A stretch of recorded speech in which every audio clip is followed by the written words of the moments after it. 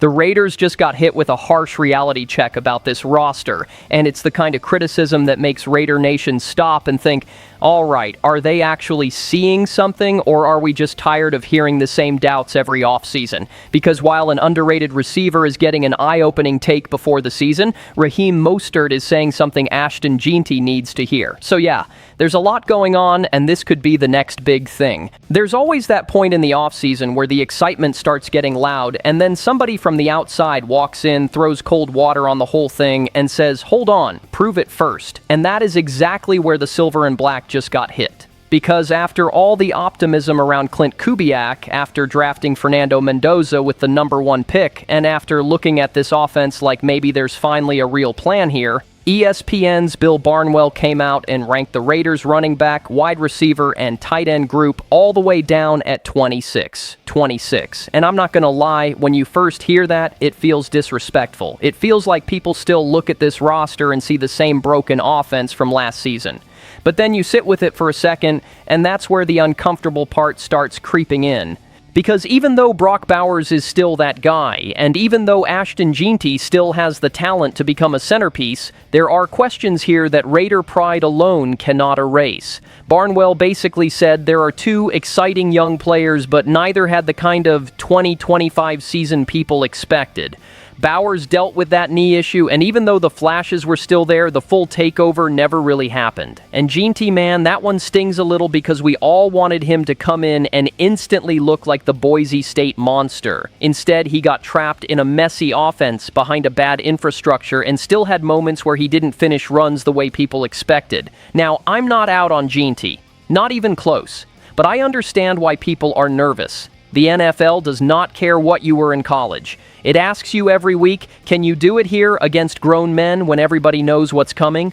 And then comes the real concern, the part Raiders fans have been arguing about all offseason: wide receiver. Bowers can basically function like a #1 target, and Jeanty should look better with Kubiak calling it and Tyler Linderbaum helping stabilize the middle, but somebody on the outside has to make defenses pay. Barnwell pointed right at that room and said there just isn't much proven production there. Jalen Naylor has been solid, but now he's being asked to step into a bigger role. Jack Beck and Dante Thornton Jr. still have to show they are more than projections. Trey Tucker can stretch the field, maybe even fill that Rashid Shaheed type role in Kubiak's system, but that still leaves the Raiders depending on development, scheme, and better quarterback play. And that's where the season starts feeling fragile. This offense has potential, real potential, but potential has hurt this fan base before. We've heard that word too many times. At some point, somebody has to stop being an intriguing piece and start being a problem for defenses. If this ranking becomes motivation, good, use it. Put it on the wall, let it burn a little. But if the Raiders get into the season and defenses only fear Bowers, then this harsh reality check is going to feel less like disrespect and more like somebody saw the warning sign before we wanted to admit it. And that brings us right into the one receiver who might be carrying more pressure than people realize, because sometimes a team's biggest answer is not the flashy name everybody screamed for in free agency. Sometimes it is the guy already in the building, the one fans like but still aren't fully sure how high his ceiling really goes. That guy is Trey Tucker. And honestly, this is where the wide receiver conversation gets real, because the Raiders did not make some monster move at the position. They didn't go grab that undeniable alpha receiver and reset the room overnight. A lot of people expected something, a trade, a signing, some aggressive John Spytek type swing to give Fernando Mendoza or Kirk Cousins a proven weapon outside. But instead, the organization seems to be betting that Tucker can become more than just a fast guy, more than just a deep option, more than just the receiver who survived last season's chaos. And Bleacher Report's Mo Moten basically put a spotlight on that, saying Tucker could be primed to earn a serious payday if his numbers keep climbing. That matters because he is entering a contract year, and contract years in the NFL are not just about stats. They are about identity. They are about proving to your team, your coaches, and the league that you are not replaceable. Last season, Tucker led the Raiders with 696 receiving yards. He had 57 catches, 5 touchdowns, and he did that in an offense that was not exactly making life easy for anybody.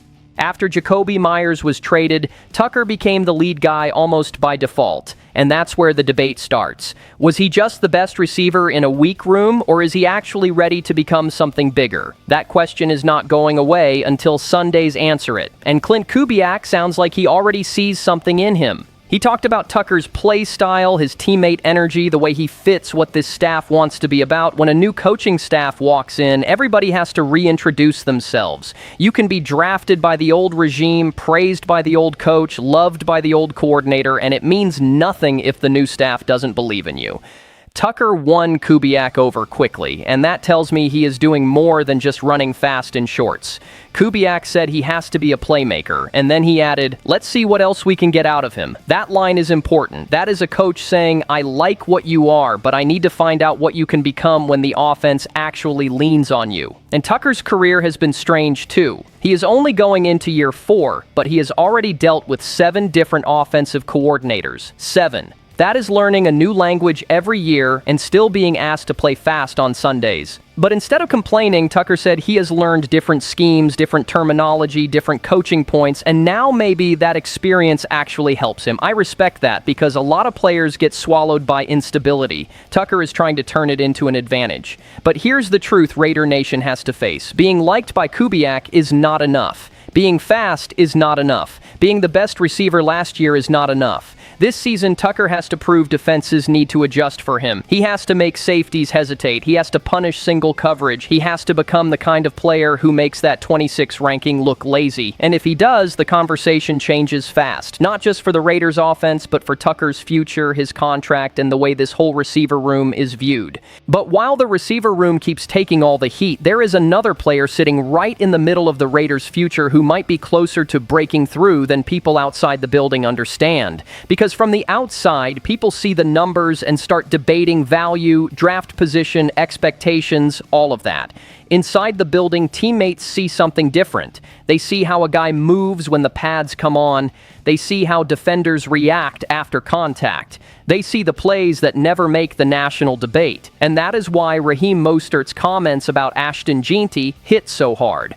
Mostert did not sound like a guy throwing out easy praise. He sounded like a veteran who had watched something up close and still couldn't quite believe it. He said Jeanty is going to be one of them ones, then corrected the energy almost immediately by saying he is already one of them ones. That is not casual. That is a running back who has been around real NFL speed, real locker rooms, real physicality, saying the young back is different. And when you look back at Jeanty's rookie season, it becomes even more complicated. Because was it perfect? No, not even close. He had 266 carries for 975 rushing yards and 5 touchdowns, averaging 3.7 yards per carry. As a receiver, he caught 55 passes for 346 yards and 5 more touchdowns. That is over 1,000 yards from scrimmage in a season where the offensive line was shaky, his stance got changed and then reversed, and Chip Kelly was fired.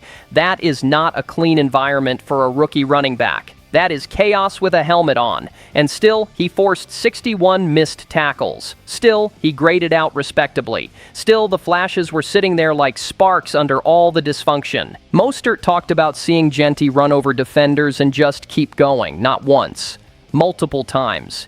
He talked about the jump cuts, the acceleration, the ability to make a move in a phone booth and still deliver contact. That is the kind of stuff you cannot fake. You either have that suddenness or you don't. You either make defenders feel your presence or you don't. And Jeanty apparently does. Now, the fair criticism is still there. He struggled in some short yardage moments. He made mistakes. He didn't instantly become the top 10 pick version people dreamed of. But I keep coming back to this. What running back would have looked comfortable in that Raiders offense last year? The structure was broken. The rhythm was off. The passing game did not consistently punish defenses. And when teams don't respect your quarterback or your receivers enough, they squeeze everything. They crowd the line. They make every run feel like a street fight. That's why the Kubiak part matters so much. Yahoo's Charles McDonald predicted Jeanty as a breakout player for 2026, and his logic makes sense. It almost has to get better. A more competent passing game, better scheme, more stability, and a coach who should understand how to create running lanes instead of just asking a young back to manufacture miracles. Whether it is Kirk Cousins early or Fernando Mendoza when he is ready, the quarterback play has to help Jeanty breathe.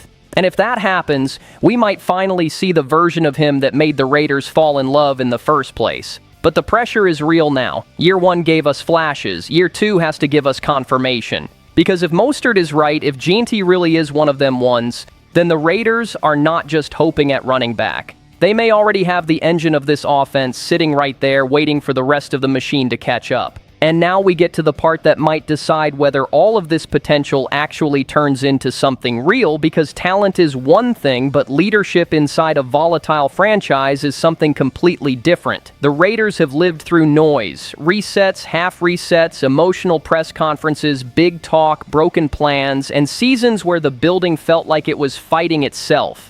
So when people hear that Las Vegas is rolling with a veteran quarterback in Kirk Cousins, a number 1 pick in Fernando Mendoza, and a new head coach trying to calm the whole operation down, of course they call it a gamble. It is a gamble. But not every gamble is reckless. Sometimes it is a plan that just has not had time to prove itself yet.